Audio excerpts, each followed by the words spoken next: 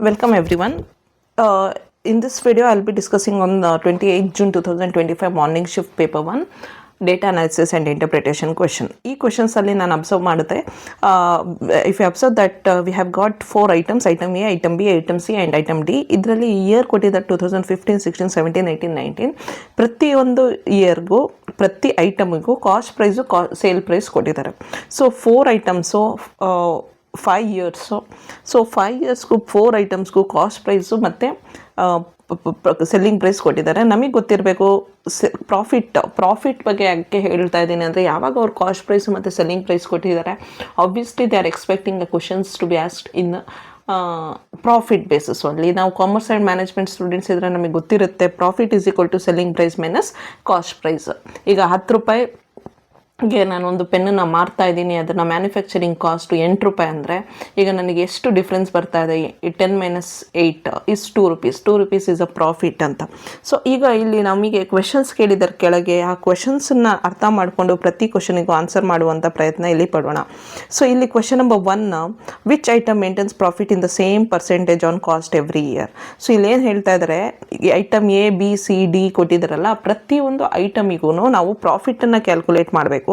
ಪ್ರಾಫಿಟನ್ನು calculate ಮಾಡಿದ ನಂತರ ಪ್ರತಿ ವರ್ಷದಲ್ಲೂ ಕೂಡ ಯಾವ ಐಟಮ್ ಇದರಲ್ಲಿ ಒಂದೇ ಪರ್ಸೆಂಟೇಜ್ ಆಫ್ ಪ್ರಾಫಿಟನ್ನು ಮೇಂಟೈನ್ ಮಾಡ್ತಾ ಇದೆ ಅಂತ ಕೇಳಿದ್ದಾರೆ. ಸೊ ನಾನು ಇಲ್ಲಿ ಕ್ಯಾಲ್ಕುಲೇಟ್ ಮಾಡಿ ಇಟ್ಟಿದ್ದೀನಿ, ಯಾಕಂದರೆ ಮಧ್ಯದಲ್ಲಿ ಕ್ಯಾಲ್ಕುಲೇಷನ್ಸ್ ಮಾಡ್ತಾ ಇರುವಾಗ ಪೆನ್ನು ಅದು ಇದು ಮಿಸ್ಟೇಕ್ಸ್ ಆದರೆ ನಿಮಗೆ ಇರಿಟೇಟ್ ಆಗುತ್ತೆ ಅಂತ.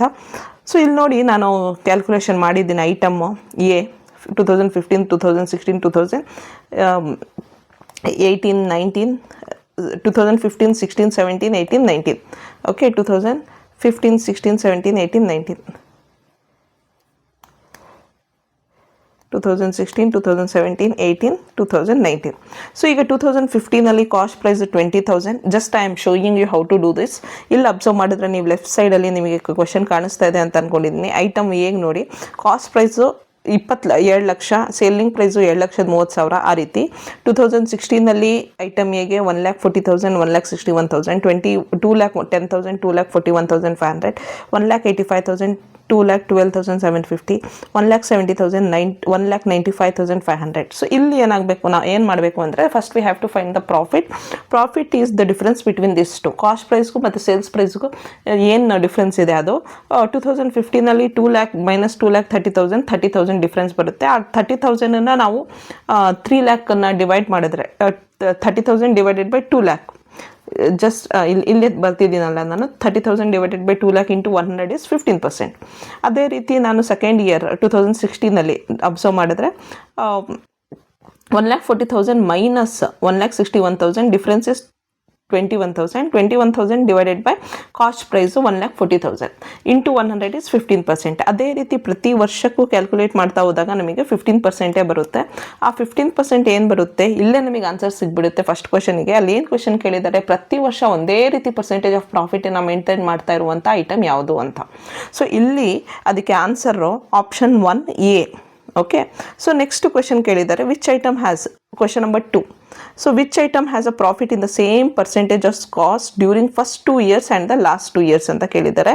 ಲಾಸ್ಟ್ 2 years ಓನ್ಲಿ ಅಂತ ಕೇಳಿದ್ದಾರೆ. ಯಾಕಂದರೆ ಈಗ ಫಸ್ಟ್ 2 years ಮತ್ತು ಲಾಸ್ಟ್ 2 years ಅಂತ ತೊಗೊಂಡ್ರೆ ಆಬ್ವಿಯಸ್ಲಿ ಆಪ್ಷನ್ ಏನಲ್ಲೇ 15% ಇದೆ. ಫಸ್ಟ್ ಇಯರ್ 2015, 16 15% ಇದೆ, ಮತ್ತು 2018, 19 15% ಇದೆ. ಬಟ್ ಇಲ್ಲಿ ಓನ್ಲಿ ಅಂತ ಅವ್ರು ಸ್ಪೆಸಿಫೈ ಮಾಡಿದ್ದಾರೆ ಅಂದರೆ ಅರ್ಥ 2017 ಇರಬಾರ್ದು ಅಂತ. Okay, 2017 same percentage of profit ಇರಬಾರ್ದು ಅಂತ. ಸೊ ಅದಕ್ಕೋಸ್ಕರ ಈಗ ನಾವು item 2, item B, item C, item Dಗೂ ಕೂಡ ಈ ರೀತಿ ಕ್ಯಾಲ್ಕುಲೇಷನ್ಸ್ ಮಾಡಬೇಕಾಗುತ್ತೆ.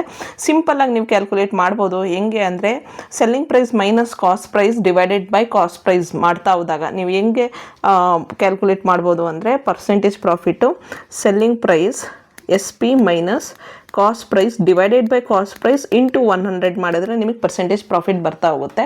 ಆ ರೀತಿ ನೀವು ಕ್ಯಾಲ್ಕುಲೇಟರ್ ಯೂಸ್ ಮಾಡಿಕೊಂಡು ನೀವೇ ಮಾಡಿ. ಐಟಮ್ ಬಿಗೆ ನೋಡಿ, ಇಲ್ಲಿ selling prices 1,10,000 minus cost prices 1 lakh divided by 1 lakh ಮಾಡಿದರೆ ನಿಮಗೆ 10% ಬರುತ್ತೆ. ಓಕೆ. ಸೊ ಅದೇ ರೀತಿ ಸೆಕೆಂಡ್ 2016 1,65,000 ಮೈನಸ್ 1,50,000 ಅಲ್ಲಿ ನಿಮಗೆ ಡಿವೈಡೆಡ್ ಬೈ 15,000 1,50,000 ಮಾಡಿದ್ರೆ 15% ಬರುತ್ತೆ. ಸೊ 2015 10%, 2016 15%. ಸೊ ಇಲ್ಲೇ ಅಬ್ಸರ್ವ್ ಆಗ್ತಾ ಇದೆ, ಎರಡೂ ಕೂಡ ಸೇಮ್ ಇಲ್ಲ. ಕರೆಕ್ಟ್, ಎರಡೂ ಸೇಮ್ ಇಲ್ಲ. ಫಸ್ಟ್ 2 ಇಯರ್ಸ್ ಸೇಮ್ ಇರಬೇಕು, ಲಾಸ್ಟ್ 2 ಇಯರ್ಸ್ 18-19 ಸೇಮ್ ಇರಬೇಕು ಅಂತ, ಅಂದರೆ ಆನ್ಸರ್ ಬಿ ಅಲ್ಲ.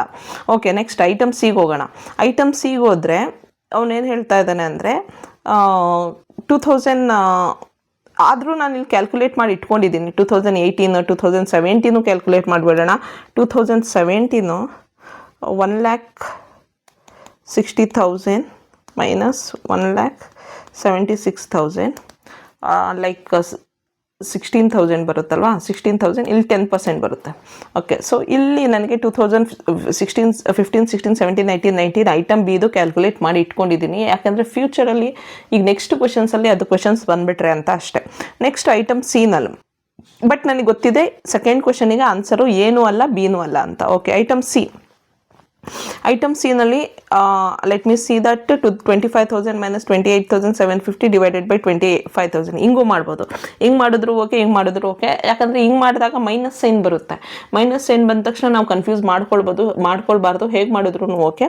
ಸೊ ಇಲ್ಲಿ 25,000ಗೂ 28,750ಗೂ ಡಿಫ್ರೆನ್ಸು ನೀವು ಏನು ಮಾಡ್ಬೋದು, selling price minus cost price divided by cost price formula ಹಾಕ್ಕೊಂಡು ಮಾಡ್ಬೋದು. Okay, that is usually right way. So ಈಗ 28,750 ಮೈನಸ್ 25,000 ಡಿವೈಡೆಡ್ ಬೈ 25,000 ಮಾಡಿದಾಗ 15% ಬರುತ್ತೆ. ಅದೇ ರೀತಿ 31,625 ಮೈನಸ್ 27,500 ಡಿವೈಡೆಡ್ ಬೈ 27,500 ಮಾಡಿದಾಗ 15% ಬರುತ್ತೆ. ಅದೇ ರೀತಿ 2015-16 ಆಯಿತು, 18-19 17 2017ಗೆ 10%, 2018ಗೂ 15%, 2019ಗೂ 50%. ಇಲ್ಲಿ ನನಗೆ ಗೊತ್ತಾಯಿತು answer. First 2 ಇಯರ್ಸಲ್ಲಿ 15% same. Last 2 years 2018-19 15% same. ಇಲ್ಲಿ ನನಗೆ ಕ್ವಶನ್ ಅದೇ ಇದ್ದಿದ್ದು, which item has profit in the same percentage on cost during first 2 years. ಅದನ್ನು ಕನ್ಫರ್ಮ್ ಮಾಡ್ಕೊಳ್ಳೋದಕ್ಕೆ ನಾನೇನು ಮಾಡಿದೆ, 2017 ಒಂದ್ಸಲಿ ಕ್ಯಾಲ್ಕುಲೇಟ್ ಮಾಡಿ ನೋಡಿದೆ. ಯಾಕಂದರೆ ಅಲ್ಲೂ 15% ಬಂದುಬಿಟ್ಟಿರ್ತಾ ಇದ್ರೆ ಇದು ಸೇಮ್ ಆನ್ಸರ್ ಎ ಥರ ಆಗೋಗಿರೋದು. ಬಟ್ ಇಲ್ಲಿ 10% ಬಂದಿರೋದ್ರಿಂದ ಇಲ್ಲಿ ಆಪ್ಷನ್ ಸೆಕೆಂಡ್ ಕ್ವೆಶನಿಗೆ option C is a right answer. Second ಕ್ವೆಶನಿಗೆ option C is a right answer. ಏನರ್ಥ ಅಂದರೆ ಫಸ್ಟ್ ಇಯರು ಸೆಕೆಂಡ್ ಇಯರ್ದು ಸೇಮ್ ಪ್ರಾಫಿಟ್ ಇದೆ, third year fourth year fifth ಇಯರ್ದು ಸೇಮ್ ಪ್ರಾಫಿಟ್ ಇದೆ, ಆದರೆ ಥರ್ಡ್ ಇಯರಲ್ಲಿ ಡಿಫ್ರೆಂಟ್ ಪ್ರಾಫಿಟ್ ಇದೆ. ಅದೇ ಅರ್ಥ ಆಪ್ಷನ್ ಸಿಗೆ. ನಾನು ಡಿಗೂ ಮಾಡಿ ಇಟ್ಕೊಂಡಿದ್ದೀನಿ. ಈಗ ಡಿಗೂ ಯಾಕೆ ಮಾಡಿ ಇಟ್ಕೊಂಡೆ ಅಂದರೆ ನೆಕ್ಸ್ಟ್ ಬರುವಂಥ ಕ್ವಶನಲ್ಲಿ ಅದು ಕೇಳ್ಬೋದು ಅಂತ. 2015-16 15%, 16% ಇದೆ, 17 17%, 18 18%, 2019 19%. ಸೊ ಈಗ ನನ್ನ ಹತ್ರ ಈ ರೀತಿ ಕ್ಯಾಲ್ಕುಲೇಟ್ ಮಾಡಿ ಇಟ್ಕೊಂಡ್ಬಿಟ್ರೆ ವಿತೌಟ್ ಕನ್ಫ್ಯೂಷನ್ನು ಅವರು ಯಾವುದೇ ಕ್ವಶನ್ಸ್ ಕೇಳಿದ್ರು ನಾವು ಕ್ವಿಕ್ ಆಗಿ ಆನ್ಸರ್ ಮಾಡ್ತಾ ಹೋಗ್ಬೋದು. Okay, next question 3. Profit of which item increases by 1% every year ಅಂತ ಹೇಳಿದ್ದಾರೆ. ನೋಡಿ, ಇಲ್ಲಿ ನಾವು ಎಲ್ಲದೂ ಕ್ಯಾಲ್ಕುಲೇಷನ್ ಮಾಡಿದ್ದೀವಿ. ಎ 15% ಕಾನ್ಸ್ಟೆಂಟ್ ಪ್ರಾಫಿಟ್ ಕೊಡ್ತಾ ಇದೆ. ಬಿ 10%, 15%, 10%, 10%, 11% ಆ ರೀತಿ ಕೊಡ್ತಾ ಇದೆ, ಚೇಂಜ್ ಆಗ್ತಾ ಇದೆ. ಐಟಮ್ ಸಿ ಏನು ಮಾಡ್ತಾ ಇದೆ, 15%, 10%, 15%, 15% ಕೊಡ್ತಾ ಇದೆ. ಆದರೆ ಐಟಮ್ ಡಿನಲ್ಲಿ ನಾವು ಅಬ್ಸರ್ವ್ ಮಾಡಿದಾಗ ಫಸ್ಟ್ ಇಯರು 15%, ನೆಕ್ಸ್ಟ್ ಇಯರ್ 16, ಆಮೇಲೆ 17, 18, 19 ಇಲ್ಲ ಅದೇ ಕ್ವಶನ್ ಕೇಳಿರೋದು. ಯಾವ ಐಟಮು ಪ್ರತಿ ವರ್ಷ 1% ಅಷ್ಟು ಪ್ರಾಫಿಟನ್ನು ಇನ್ಕ್ರೀಸ್ ಮಾಡ್ತಾ ಹೋಗ್ತಾ ಇದೆ ಅಂತ. ಸೊ ನಮಗೆ ಆನ್ಸರ್ ಇಲ್ಲಿ ಡಿ ಅನ್ನೋದು ಗೊತ್ತಾಯಿತು. Okay, next question number 4. Which item has 10% gain in percentage of profit in the last year then its percentage of profit in the first year ಅಂತ ಕೇಳಿದ್ದಾರೆ. ಸೊ ಫಸ್ಟ್ ಇಯರಿಗೆ ಕಂಪೇರ್ ಮಾಡಿಕೊಂಡ್ರೆ last ಇಯರಲ್ಲಿ 10% ಅಷ್ಟು profit increase ಆಗಿದೆ ಯಾವ item ಅಂತ. ಇಲ್ಲಿ ನಾವು ಅಬ್ಸರ್ವ್ ಮಾಡಿದ್ರೆ ಐಟಮ್ ಬಿನಲ್ಲಿ ಐಟಮ್ ಎನಲ್ಲಿ ಯಾವ ಪರ್ಸೆಂಟೇಜು ಇನ್ಕ್ರೀಸ್ ಆಗಿಲ್ಲ, ಬರೀ ಕಾನ್ಸ್ಟೆಂಟ್ ಇದೆ. ಓಕೆ, ಐಟಮ್ ಸಿನಲ್ಲಿ ಫಸ್ಟ್ ಇಯರ್ ಯಾವುದಿತ್ತೋ ಲಾಸ್ಟ್ ಇಯರು ಅದೇ ಇದೆ, ಸೊ ಅದು ಚೇಂಜ್ ಆಗಿಲ್ಲ. ಐಟಮ್ ಡಿನಲ್ಲಿ ನೋಡಿದ್ರೆ ಫಸ್ಟ್ ಇಯರ್ 15% ಇತ್ತು, ಲಾಸ್ಟ್ ಇಯರ್ 19% ಇದೆ, ಅಂದರೆ ಆಲ್ಮೋಸ್ಟ್ 4% ಅಷ್ಟು ಇನ್ಕ್ರೀಸ್ ಆಗಿದೆ. ಅಂದರೆ ಇಲ್ಲಿ ಪ್ರಾಫಿಟ್ ತುಂಬ ಇನ್ಕ್ರೀಸ್ ಆಗಿದೆ. ಬಟ್ ಇಲ್ಲಿ ನಾವು ಐಟಮ್ ಬಿನಲ್ಲಿ ಅಬ್ಸರ್ವ್ ಮಾಡಿದ್ರೆ ಫಸ್ಟ್ ಇಯರ್ 10% ಇತ್ತು, ಲಾಸ್ಟ್ ಇಯರ್ 11% ಆಗಿದೆ. ಅದು 1% ಚೇಂಜ್ ಹೆಂಗಾಗಿದೆ ಅಂದರೆ ಅದ್ರದ್ದು ಕ್ಯಾಲ್ಕುಲೇಷನ್ ನಾವು ಯಾವ ರೀತಿ ಮಾಡ್ಕೊಳ್ಬೇಕು, ಅದೇ 10% ಗೇನ್ ಆಗಿರೋದು, ಪ್ರಾಫಿಟ್ ಮೇಲೆ 10% ಗೇನ್ ಆಗಿರೋದು. ಹೆಂಗೆ ಅಂದರೆ for example 11% ಇತ್ತಲ್ವ, 11 - 10 is into 10 divided by 100 is 1 divided by 10 into 100. So ಇದು 10% ಅಷ್ಟು ಇನ್ಕ್ರೀಸ್ ಆಗಿದೆ. ಓಕೆ, ಫಾರ್ ಎಕ್ಸಾಂಪಲ್ ಈಗ ನಿಮ್ಮ ಹತ್ರ 10 ರೂಪೀಸ್ ನೀವು ಪ್ರಾಫಿಟ್ ಮಾಡ್ತಾಯಿದ್ರಿ ಅಂತ ಅನ್ಕೊಳ್ಳೋಣ. 10 ರೂಪೀಸ್ ಪ್ರಾಫಿಟ್ ಮಾಡ್ತಾಯಿದ್ರಿ ಯಾವುದೋ ಒಂದು ಐಟಮ್ ಮೇಲೆ. ಈಗ ನೀವು 11 ರೂಪೀಸ್ ಪ್ರಾಫಿಟ್ ಮಾಡ್ತಾ ಇದ್ದೀರಾ ಅಂದರೆ ಈ ಎಷ್ಟು ಪರ್ಸೆಂಟೇಜ್ ಆಫ್ ಪ್ರಾಫಿಟ್ ಇನ್ಕ್ರೀಸ್ ಆಯಿತು ಅಂದರೆ ಇದ್ರ ಮೇಲೆ 10% ಅಷ್ಟು. 10 ರೂಪೀಸ್ ಮೇಲೆ 10% ಅಷ್ಟು. 10 ರೂಪೀಸ್ ಮೇಲೆ 10% ಅಂದರೆ 1 ರೂಪಾಯಿ, ಕರೆಕ್ಟ್. ಸೊ ಆ 10 rupees plus 1 rupee is equal to 11 rupees ತಾನೆ. So you are selling at 11 rupees profit with profit of 11 rupees ಅಂದರೆ ಅರ್ಥ you made 10% of profit more on the earlier profit ಅಂತ. ಸೊ ಇಲ್ಲಿ ನೀವು 2015 10% ಮಾಡ್ತಾ ಇದ್ರಿ, 2019 10% ಮೇಲೆ 10%, ದಟ್ ಈಸ್ 11% ಅಷ್ಟು ಇನ್ಕ್ರೀಸ್ ಆಗಿದೆ ಅಂತ ಅರ್ಥ. ಸೊ ಇಲ್ಲಿ ಕ್ವಶನ್ ನಂಬರ್ 4ಗೆ ಆನ್ಸರ್ ಸಿಕ್ತು. Next question number 5, what is percentage of profit on sale price on item D in 2019 on the cost of 2015 ಅಂತ ಕೇಳಿದ್ದಾರೆ. ಇಲ್ಲಿ ನಮಗೆ ನಾವು ಏನು ಕ್ವಶನ್ ಕೇಳಿದ್ದಾರೆ ನೋಡಿ. ಫಸ್ಟು ಐಟಮ್ ಡಿ ಬಗ್ಗೆ ಕೇಳಿದ್ದಾರೆ. Okay, SP of 2019 item D, CP of 2015 item D ಇದೆ. ಓಕೆ, ಸೊ ಈಗ ಐಟಮ್ ಡಿಗೆ ಹೋಗೋಣ. ಇಲ್ಲಿ ಐಟಮ್ ಡಿ ಇಲ್ಲಿ ಲಾಸ್ಟ್ ಕಾಲಮಲ್ಲಿದೆ. ಸೆಲ್ಲಿಂಗ್ ಪ್ರೈಸ್ ಇದು ಕಾಲಮಲ್ಲಿದೆ. 2019 40,460, correct. Cost price of item D in 2015 is 25,000.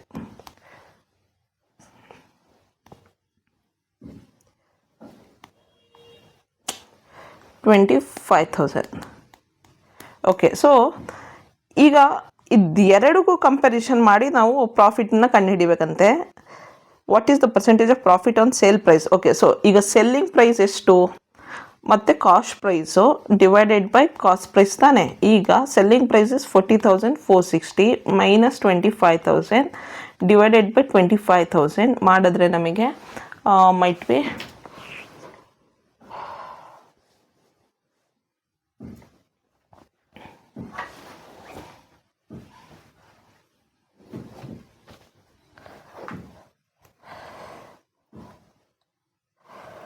4460 minus 25,000, that is 37,960 divided by 25,000.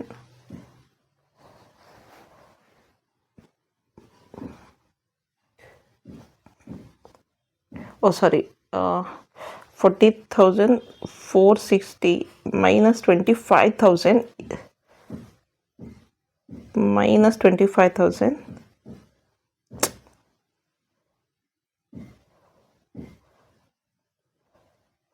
That is 15,000.